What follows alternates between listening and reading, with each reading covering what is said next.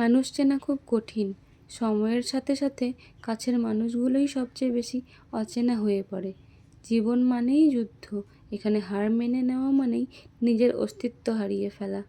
আমি মনে করি পৃথিবীতে কেউ কারোর জন্য নয়, কারণ অন্ধকার এলে নিজের ছায়াও সঙ্গ ছেড়ে দেয়।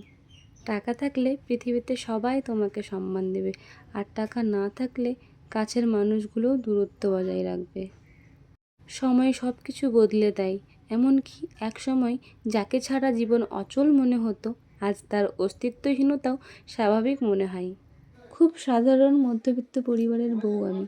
ছোট থেকে টানাপোড়েন সেভাবে না দেখলেও বেশ ব্যালেন্সিং একটা পরিবেশে প্রতিনিয়ত বড় হয়েছি।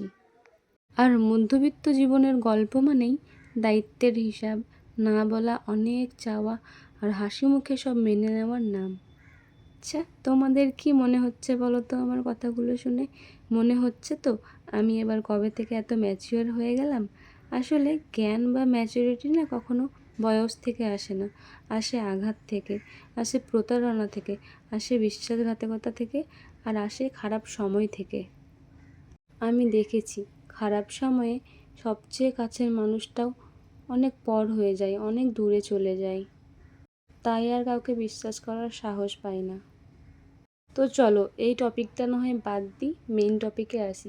So hey everyone, welcome back to my channel M পেখমতেনি অফিসিয়াল। তোমরা সবাই কেমন আছো? আশা করছি সবাই খুব ভালো আছো, আর আমিও ভালো আছি। তো আমি আবারও চলে এসেছি নতুন একটি ভিডিও নিয়ে। আশা করছি তোমাদের এই ভিডিওটি ভালো লাগবে।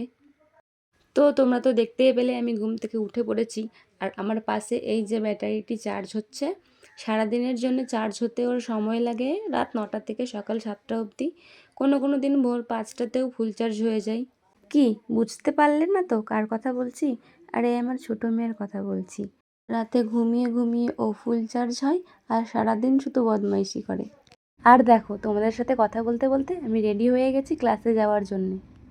আজকে আমার দেরি হয়ে গেছে বলে আমি আর বাস ধরতে পারলাম না, তাই এখন টোটোতে করে যাচ্ছি মারনাই মোড় অবধি, মানে বাস স্ট্যান্ড অবধি। বাস স্ট্যান্ড থেকে বাস ধরে তারপরে যাবো ইটাহার পার্লারে। আর দেখো আমি ইটাহারে বাস থেকে নেমে পড়েছি। আর ইটাহার বাস স্ট্যান্ড থেকে পার্লারটা একদম কাছে, মানে 2 সেকেন্ডের রাস্তা। এই যে সেকেন্ড ফ্লোরে পার্লারটি রয়েছে। আর আমার এই সামনের দিদিটাও আমাদের সাথে ক্লাস করে, একসাথেই আমরা ক্লাস করি। দেখো ভিউটা কত সুন্দর। তারপরে চলে এলাম পার্লারে, আর আজকে আমাদের ক্লাসের টপিক ছিল hair science and hair straightening. Practically straightening করার আগে তো থিওরি ক্লাস আর প্র্যাকটিস ক্লাস করতেই হয়, তাই প্র্যাকটিস করছিলাম। তারপরে প্র্যাকটিস শেষ করে সবাই মিলে একটু রিলস বানাচ্ছিলাম, একটু মজা করছিলাম। আর আজকে বাড়ি থেকে খেয়ে যাইনি বলে খুব খিদে পেয়ে গেছিলো, তাই তাড়াহুড়ো করে পার্লার থেকে বেরিয়ে চলে আসলাম বাড়ি। আর বাড়ি এসে দেখো গরমের মধ্যে কী অবস্থা, তাই মুখ হাত ধুয়ে বসে পড়লাম খেতে। তো আজকের ভিডিওটি তোমাদের কেমন লেগেছে অবশ্যই কমেন্ট করে জানাবে। আর আমার চ্যানেলটি যদি তোমরা সাবস্ক্রাইব করে না থাকো তাহলে অবশ্যই সাবস্ক্রাইব করে দেবে, আর ভিডিওটিতে অবশ্যই লাইক কমেন্ট শেয়ার করতে ভুলবে না। বাই বাই, আজকের মতো টাটা, সি ইউ সুন, আবার দেখা হচ্ছে।